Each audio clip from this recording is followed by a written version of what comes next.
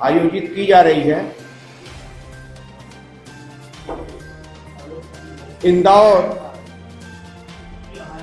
में एक हृदय विदारक घटना हुई।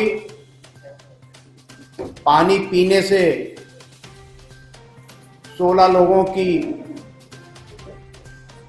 मौत हो गई और 200 से ऊपर लोग उस बीमारी से ग्रसित होकर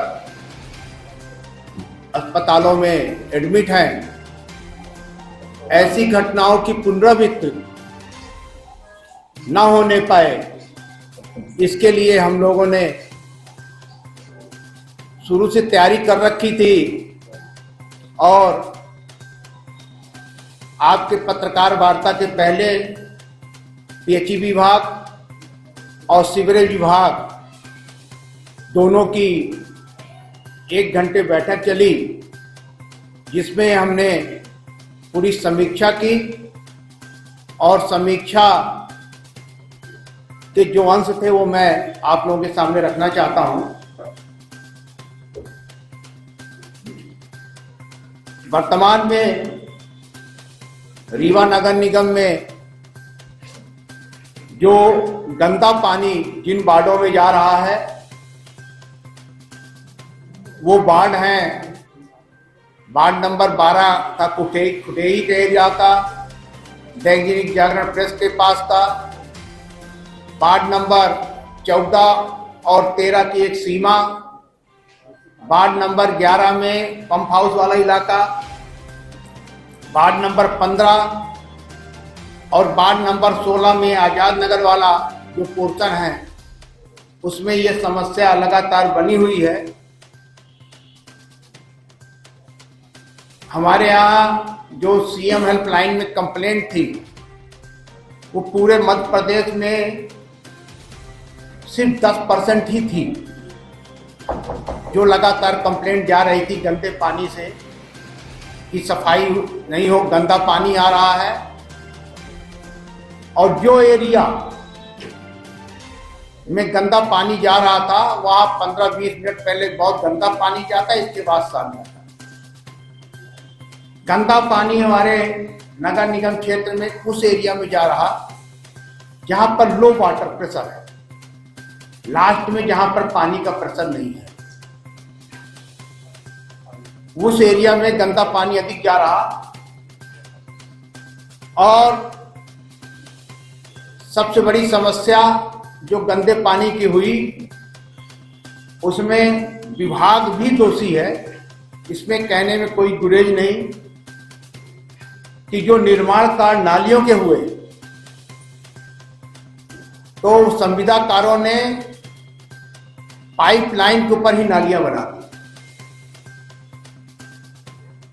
हम लोग 2022 के बाद एक नियम बनाए थे कि जो संविदाकार पाइपलाइन तोड़ेगा उसको पेनाल्टी होगी और हम लोगों ने पेनाल्टी भी कराई। संविदाकार पीएचई विभाग को कभी नहीं बताते थे और रबड़ से पाइप को बांध देते थे और लीकेज होता था। जब नाली बनाते थे तो लोगों के हाउस कनेक्शन भी हिल जाते थे, टूट जाते थे, वो भी जानकारी नहीं होती थी, उसके कारण भी पानी शक होता था बंद होने के बाद, तो भी गंदे पानी की समस्याएं बनी थी। सीवरेज का कार्य चालू हुआ और सीवरेज का और पीएचई के का आपस में तालमेल बैठाकर हम लोगों ने काम चालू कराया, जिसके कारण बहुत कुछ सुधार हमारा हुआ। एक समस्या रीवा में सबसे बड़ी थी, जो टेलीफोन वाले हैं और गैस पाइपलाइन वाले, ये न नगर निगम को बताते न पीएचई विभाग को बताते और सीधे ये रात को अपनी अंडरग्राउंड मशीन लगाकर ये पाइप को डैमेज कर देते। ये हम लोगों ने पकड़ा, यहाँ मशीन भी जब्त कराई, 1 करोड़ कुछ रुपए उससे पेनाल्टी भी कराई। हमारी मेन राइजिंग मेन में ही पाइप डाल दिया था। एमटीवी वाले रेल पोल पाइप के ऊपर डाल दिए थे पाइप को रिपेयर कर देना आसान, वो जब तक रिपेयर नहीं होता जो उसमें गंदा पानी मल चला जाता है वो महीनों का एक काम बन जाता है, उसी कारण बड़ी दिक्कतें होती हैं। इस ओर हम लोग लगातार सुधार की तरफ बढ़ रहे हैं। हमारी ये कोशिश है कि जो हमारी योजना अमृत 2 है, जिसमें जो 133 करोड़ की योजना है और 22% एवं उसका टेंडर है, 162 करोड़ जीएसटी सहित 151 नए करोड़ की है। एक इस प्रदेश में बड़ा दुर्भाग्य था कि यहां पर योजना जो बनती है वो पैसे के हिसाब से बनाई जाती है कि आपको हमने इतनी राशि दी है, इतनी योजना बनाई जाए, जबकि ये होना चाहिए कि योजना के अनुसार पैसा आना चाहिए। हमने अमृत 2.0 में जो टेंडर कराया था, जो डीपीआर बना था, वो 192 करोड़ का बना था और हमको स्वीकृति मिली 133 करोड़ की। जहां हमने 18 टंकी रखी थी, हमको 12 टंकी बनाना पड़ा। जहां हमने 560 किलोमीटर पाइपलाइन रखी थी, वहां पर 460 किलोमीटर करना पड़ा। जहां हमने इंटेक बेल जोड़ रखा था, आपके जो यूनिवर्सिटी के पास प्लांट बना है वो खत्म करना पड़ा। तो इसके कारण हमको ये समस्या आई। अभी हमने कल हमारी नगरीय प्रशासन आयुक्त और एसीएस से बात हुई।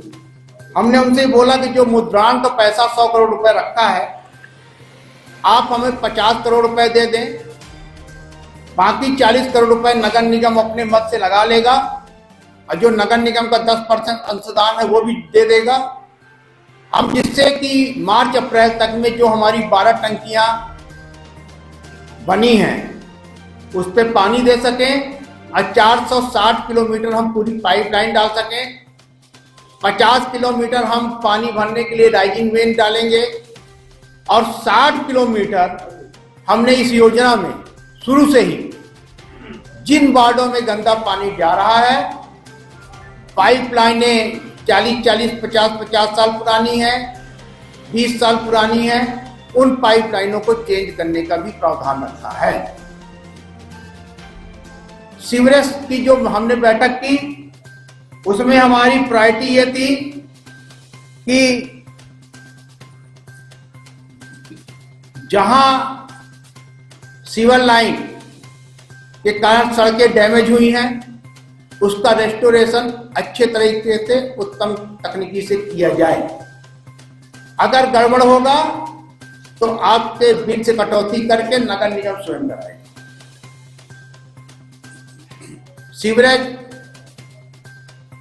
कंपनी को 363 किलोमीटर पाइपलाइन डालना था और 43,000 हाउस कनेक्शन करने थे, जिसमें उनकी पाइपलाइन तो पड़ गई, हाउस कनेक्शन का उनका कार्य चालू है और 5 एसटीपी उनको बनाने थे।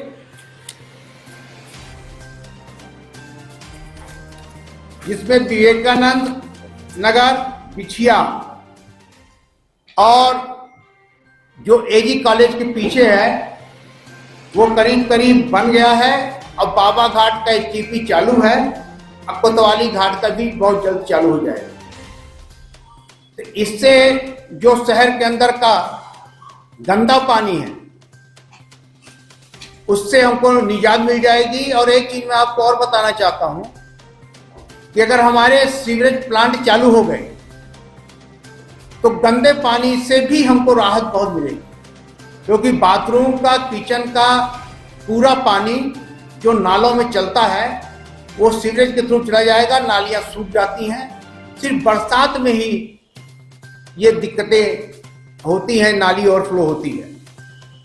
तो हमारा सीवरेज का जो कार्य है वो शहरी इलाका जो नया रीवा जिसको हम लोगों ने ही अनुमति दी थी और जब 2017 में पहली बार सीवरेज का कार्य 2016 में चालू हुआ, KK इस पर